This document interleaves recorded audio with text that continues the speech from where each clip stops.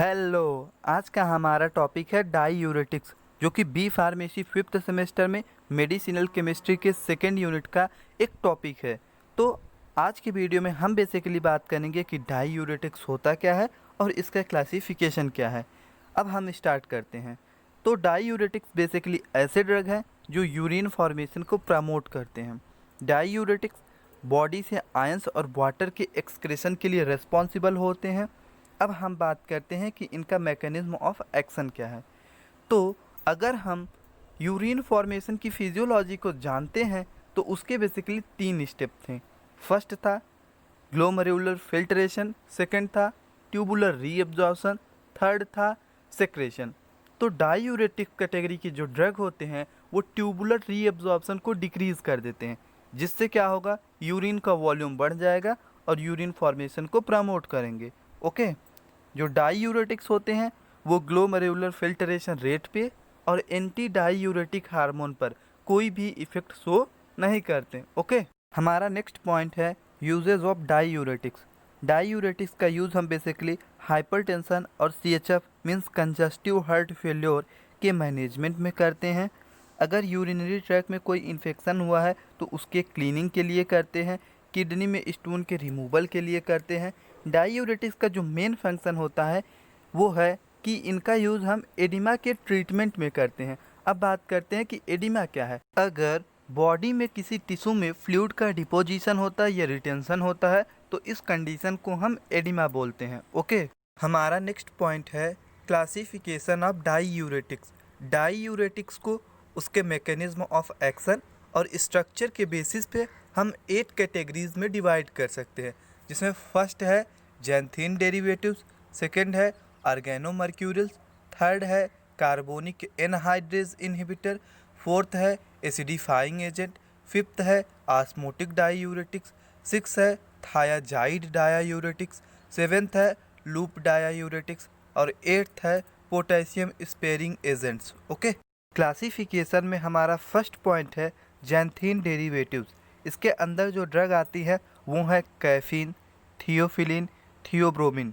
जो स्ट्रक्चर दिख रहा है स्लाइड पे, ये जैंथीन डेरिवेटिव्स कैटेगरी के ड्रग का जनरल स्ट्रक्चर है, जिसमें पोजीशन 1 पे R1 ग्रुप, पोजीशन 3 पे R2 ग्रुप और पोजीशन 7 पे R3 ग्रुप अटैच है। अब कैफीन में R1, R2, R3 के प्लेस पे CH3 ग्रुप अटैच होता है। थियोफिलिन में R1, R2 के प्लेस पे CH3 ग्रुप और R3 के प्लेस पे हाइड्रोजन अटैच होता है। और थियोब्रोमिन में R1 के प्लेस पे H मीन्स हाइड्रोजन और R2, R3 के प्लेस पे CH3 means methyl group attach होता है। ओके। क्लासिफिकेशन में हमारा सेकेंड पॉइंट है ऑर्गेनोमर्क्यूरिल्स। Mercurials are now limited in use because they causes renal and tubular damage and given parenterally to the patient. Means ये patient को parenterally दिए जाते थे और रीनल और ट्यूबुलर डैमेज कॉज करते थे, इसलिए इनका यूज़ अब बहुत कम होता है। इस कैटेगरी में जो ड्रग आती हैं वो है मरकैप्टोमेरिन सोडियम और क्लोरमरोड्रिन, जिसमें क्लोरमरोड्रिन का स्ट्रक्चर बना हुआ है। ओके। क्लासिफिकेशन का हमारा थर्ड पॉइंट है कार्बोनिक एनहाइड्रेज इनहिबिटर। अब हम सबसे पहले बात करते हैं कि कार्बोनिक एनहाइड्रेज क्या होता है। कार्बोनिक एनहाइड्रेज वर्ड के लास्ट में ASE है, मींस ये एक टाइप का एंजाइम होता है। अब ऐसे ड्रग जो कार्बोनिक एनहाइड्रेज एंजाइम को इनहिबिट करते हो वो भी डाईयूरेटिक इफेक्ट शो करते हैं। अब हम बात करते हैं कि कार्बोनिक एनहाइड्रेज बॉडी में करता क्या है।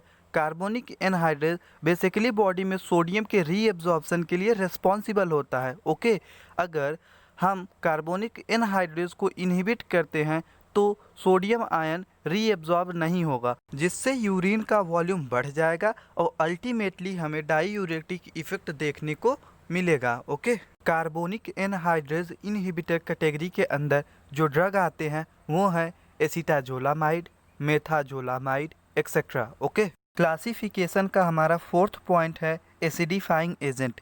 इसके अंदर अमोनियम क्लोराइड और कैल्शियम क्लोराइड आते हैं। ओके।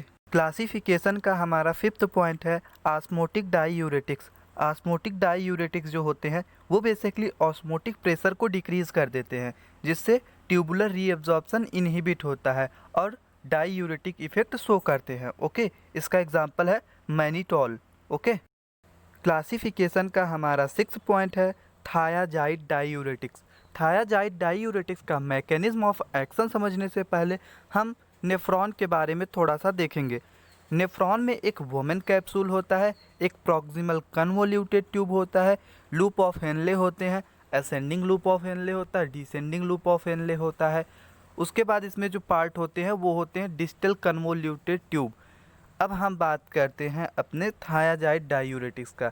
थायाजाइड डाईयूरेटिक्स जो होता है वो बेसिकली नेफ्रॉन के जो डिस्टल कन्वोल्यूटेड ट्यूबुल वाला पार्ट होता है उसमें सोडियम और क्लोराइड सिम्पोर्टर को इनहिबिट करता है, जिससे इनका रीएब्जॉर्प्शन नहीं हो पाता और ये अल्टीमेटली क्या होता है, डाईयूरेटिक इफेक्ट शो करते हैं। ओके, थायाजाइड डाईयूरेटिक्स का एग्जांपल है क्लोरथायाजाइड और हाइड्रोक्लोरथायाजाइड। ओके, क्लासिफिकेशन का हमारा 7th पॉइंट है लूप डाईयूरेटिक्स।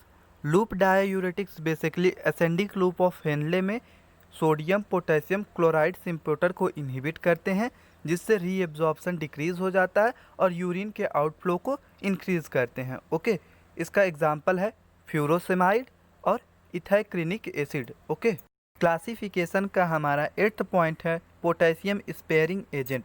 सबसे पहले हम एक वर्ड आया उसका मतलब समझते हैं। स्पेयरिंग, स्पेयरिंग मतलब होता है बचा कर रखने वाला। ओके, तो ऐसे एजेंट जो सोडियम के रीएब्जॉर्प्शन को इनहिबिट करते हों और पोटेशियम के सेक्रेशन को इनहिबिट करते हैं उनको हम पोटेशियम स्पेयरिंग एजेंट्स बोलते हैं। मींस ये सोडियम के रीएब्जॉर्प्शन को तो इनहिबिट करेंगे, मतलब सोडियम को रीएब्जॉर्ब नहीं होने देंगे, बट पोटेशियम को रीएब्जॉर्ब कर लेंगे। ओके, इस कैटेगरी में जो ड्रग आते हैं वो हैं एल्डोस्टेरॉन एंटागोनिस्ट, जिसमें है स्पाइरोनोलैक्टोन, और सेकेंड है amiloride. Okay, thank you for watching. Please like, share, comment on the video and subscribe my channel for more videos.